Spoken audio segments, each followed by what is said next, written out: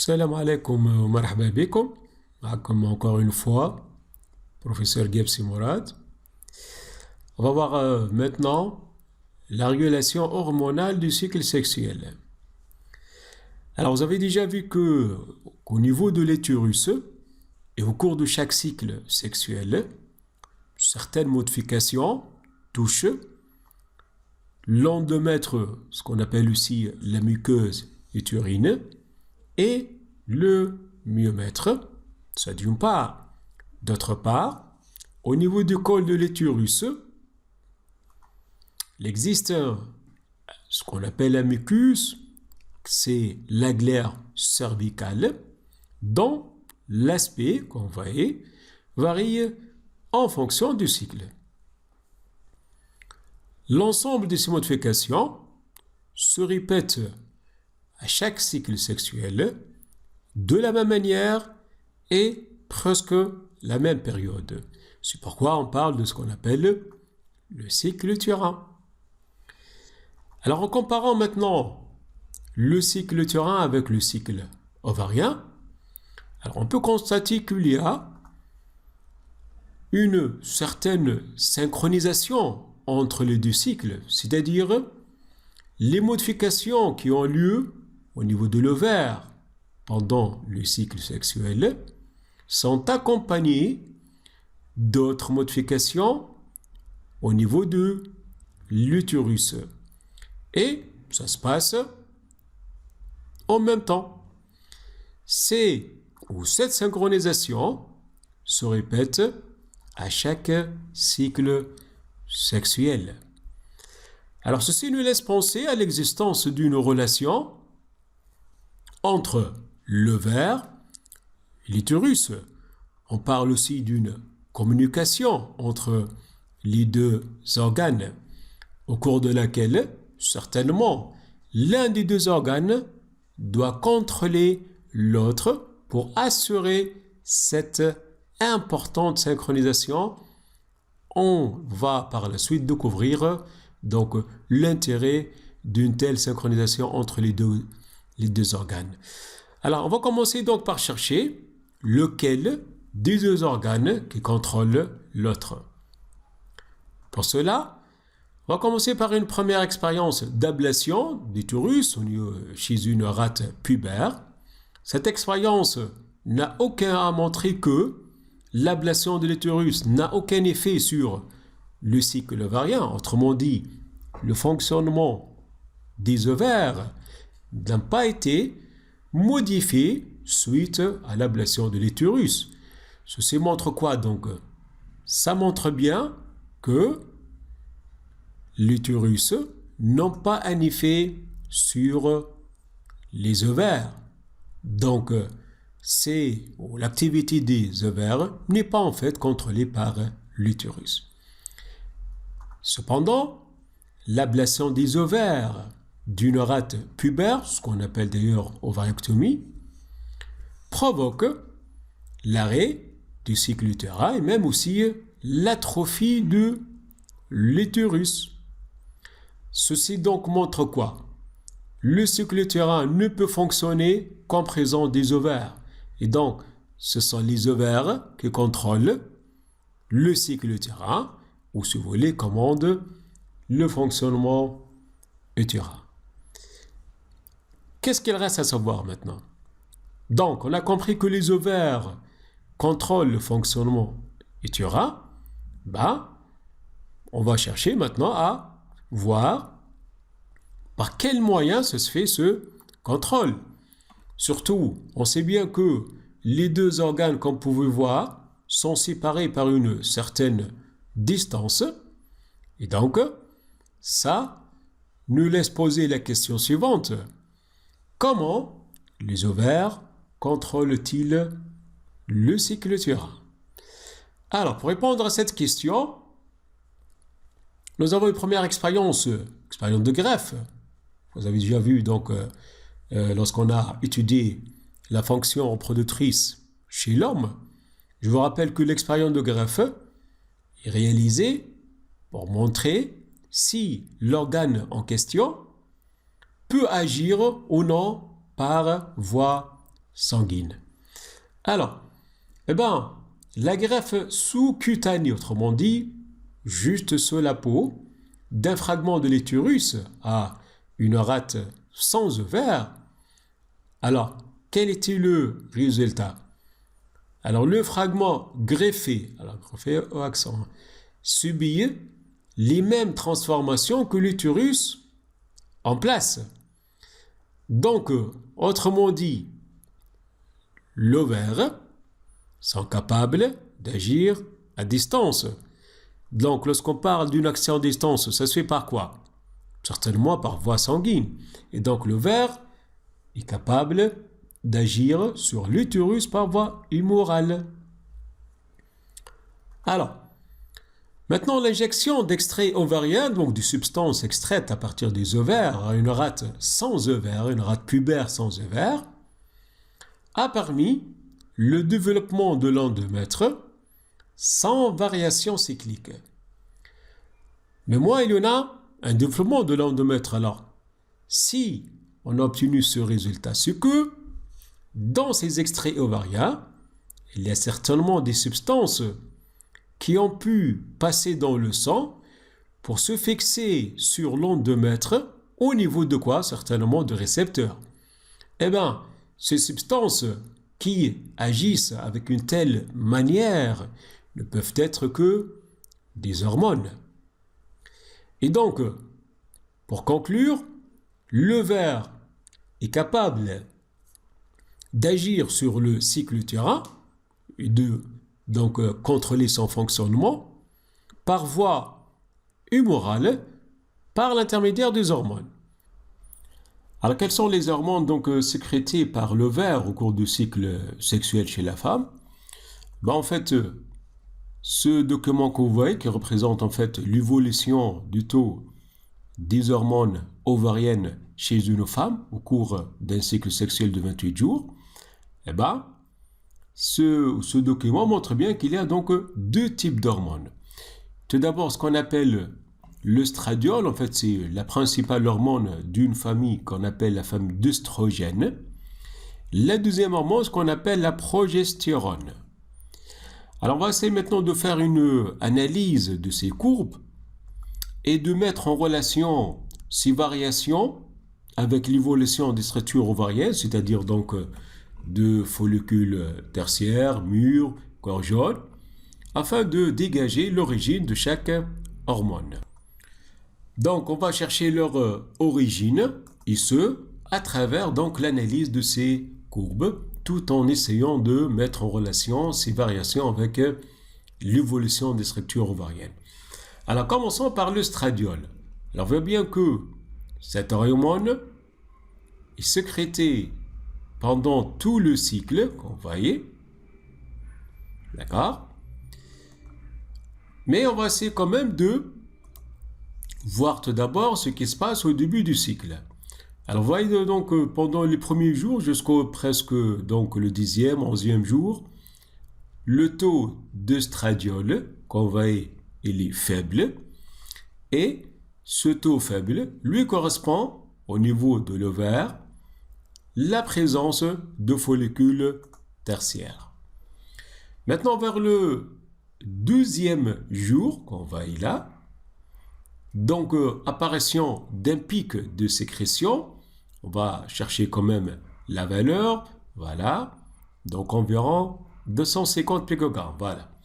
Et donc, un premier pic d'environ 250 picogrammes par millilitre.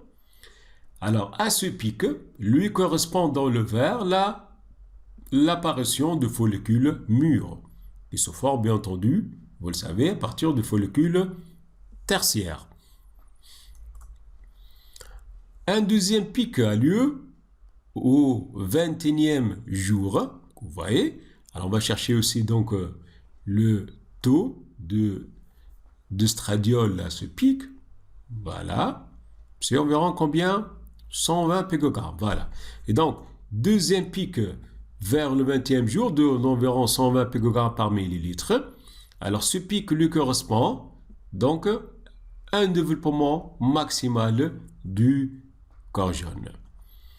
Alors maintenant, à la fin du cycle, vous voyez, donc il y a une chute, si vous voulez, donc une diminution du taux d'estradiol.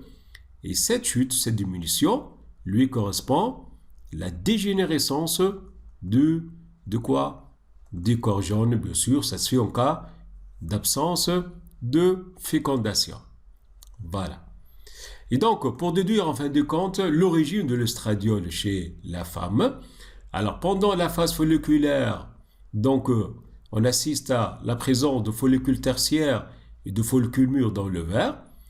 Dans ces follicules, les seules structures capables de sécréter, on a la thèque interne et aussi la granulosa. Et donc, par conséquent, l'estradiol est sécrété par les cellules granuleuses et la thèque interne de follicules cavitaires et follicules mûrs. Pendant la phase lutéale maintenant, alors là, on assiste à la présence du corps jaune, la formation du corps jaune, qui serait donc à l'origine de l'estradiol. Donc c'est, si vous voulez, la source principale de l'estradiol pendant la phase lutéale. Le corps jaune, en fait, est constitué par ce qu'on appelle les cellules lutéales. Ce sont les cellules sécrétrices d'estradiol pendant cette phase. Alors, voyons maintenant l'origine de la progestérone. Alors, tout d'abord, vous voyez bien que pendant la phase folliculaire, alors la progestérone est presque absente. Bon, on peut dire même c'est absente. Même, en tenant compte de votre programme ou moi. Et pendant cette phase, il y a aussi absence on note l'absence de quoi? De corps jaune. Alors, la progestérone commence à apparaître déjà quelques heures avant l'ovulation, puis atteint un maximum vers le 21e jour. Vous voyez ce pic. Alors, ce maximum lui correspond le développement maximal du corps jaune. Et donc, ce pic que vous voyez, qui est d'environ, on va dire 12, 14, 14,5, voilà, 14,5 nanomètres par millilitre.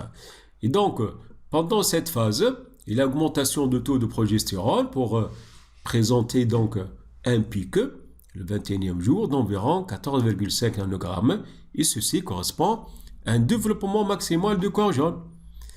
À la fin du cycle, on assiste à une chute du taux de progestérone, comme vous voyez, et cette chute lui correspond au niveau donc des ovaires, la dégénérescence des corps jaunes. Alors, cette analyse nous facilite en fait donc de savoir l'origine de cette hormone. Eh ben, j'espère que vous avez bien compris. Alors, la progestérone est sécrétée essentiellement par les cellules lutéales des corps jaunes. Voilà. Alors, on va voir maintenant le rôle de ces hormones chez la femme et comment agissent-elles sur l'activité de l'utérus. Alors, on va commencer par la phase post-menstruelle, c'est-à-dire celle qui a lieu juste après la phase menstruelle. Eh bien, pendant cette phase, vous avez compris, c'est l'estradiol qui va agir, puisque la progestérone est absente, ou presque. On voit bien ici le développement des vaisseaux sanguins qu'on voit par rapport donc à ce qui précède, vous voyez. Donc, les vaisseaux sanguins se développent, les glandes, ce qu'on appelle les glandes en tube, se forment et l'épaisseur de l'endomètre augmente. Alors, tout ça se fait par quoi? Par ou sous l'action de quoi? De l'estradiol. Ça d'une part. D'autre part, l'estradiol a aussi une action sur le myomètre. En fait, pendant cette phase, l'estradiol stimule les contractions du myomètre qui sont d'ailleurs nécessaires pour la prolifération de l'endomètre. On ne va pas entrer dans les détails puisque, bien sûr, ça ne fait pas partie de votre programme. Alors, maintenant, pendant la phase prémenstruelle, alors pendant cette phase, on voit l'action, on va assister à l'action de deux hormones en même temps, l'estradiol et la progestérone, sauf que la progestérone pendant cette phase ne peut agir sur l'endomètre elle est précédée par le stradiol.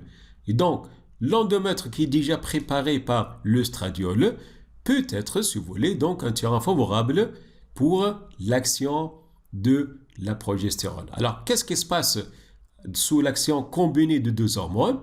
Eh bien, vous voyez donc que les vaisseaux sanguins se développent encore, il y a une certaine spiralisation, les glandes en tube deviennent de plus en plus sinueuses, qu'on voyait, ce qui permet la formation de ce qu'on appelle la dentelle utérine. Voilà. Et donc, pendant la phase lutéale, l'utérus subit l'action de deux hormones en même temps, la progestérone et le stradiol. Alors, reste maintenant une petite chose à dire, c'est que les contractions du myomètre qui ont lieu sous l'action de l'estradiol pendant la phase folliculaire, bien sûr, doivent être arrêtées, et ce, grâce à l'action de la progestérone. Alors, pourquoi arrêter ces contractions? C'est simple, c'est pour permettre donc la fixation du fœtus, de l'embryon, plutôt, juste après la fécondation, en cas où il y a eu fécondation, bien sûr. Des contractions vont empêcher ce qu'on appelle la nidation. On va revenir à ça dans le chapitre de la procréation. Alors, maintenant on va se demander, on va essayer de comprendre, si vous voulez, quelle est l'origine de l'augmentation de la température au cours de la phase lutéale. On voit bien que étude comparaison entre la phase lutéale et la phase folliculaire, on voit bien que la température augmente de quelques dixièmes de degrés, donc on passe d'environ 36,5 à environ 37, donc bien sûr, c'est pas quand même quelque chose de grave pour la femme, mais ça fait partie du cycle sexuel. Alors, comment expliquer cette légère augmentation? Alors, l'augmentation n'a lieu que pendant la phase lutéale, qui est caractérisée par la sécrétion de quoi? De progestérone. Et donc, cette augmentation ne peut être due qu'à la progestérone. Alors, on dit que cette hormone a un effet thermogène. Voilà. Alors, on sait bien qu'à la fin du cycle, on a dit que le taux de progestérone d'estradiol diminue, donc ce qu'on appelle donc une chute d'ailleurs, et le cycle suivant commence par le jour de règles, qu'on appelle aussi les menstruations. Alors on va essayer de comprendre le déterminisme de la menstruation, autrement dit l'origine de la menstruation. Alors, au niveau donc des sécrétions ovariennes, le taux, on a dit, d'œstradiol de progestérone diminue, donc même on assiste à une chute. Alors, cette chute va avoir un effet tout d'abord sur les vaisseaux sanguins. Alors, ces vaisseaux, donc, ils vont se rompre, ils vont avoir donc un détachement, et ça va être à l'origine d'un écoulement sanguin, ça d'une part. D'autre part, la partie supérieure de l'endomètre, donc, il va avoir une survolée destruction, et ceci devrait être à l'origine de menstruation. Voilà.